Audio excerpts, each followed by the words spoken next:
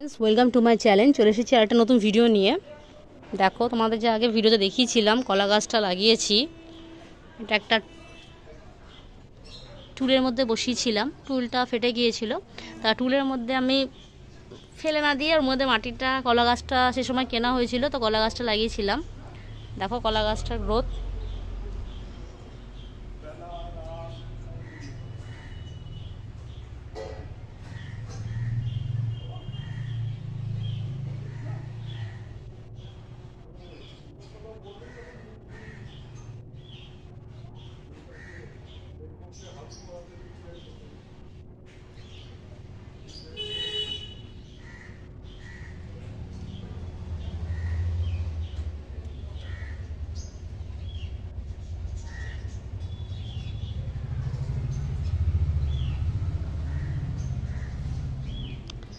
নতুন নতুন পাতা আসে এখন,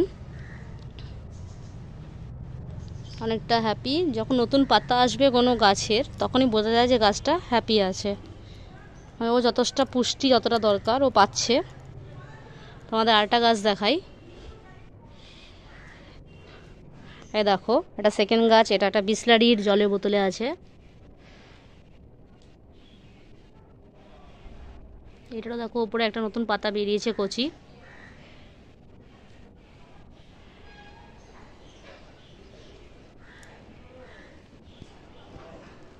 তাই জন্য বন্ধুরা বলি, যখন কোনো গাছ লাগাবে মাটিটা বেশি দেওয়ার চেষ্টা করবে। দেখো ওটার মাটিটা কম, এই গাছটার মাটিটা কম আছে, তাই জন্য ওর গ্রোথটা একটু কম।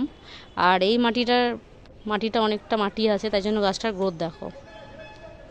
তাই জন্য যখনই গাছ লাগাবে একটু বেশি বড় জায়গা দেবে, তবে গাছগুলো ভালো গ্রোথ হবে, ভালো রেজাল্ট পাবে।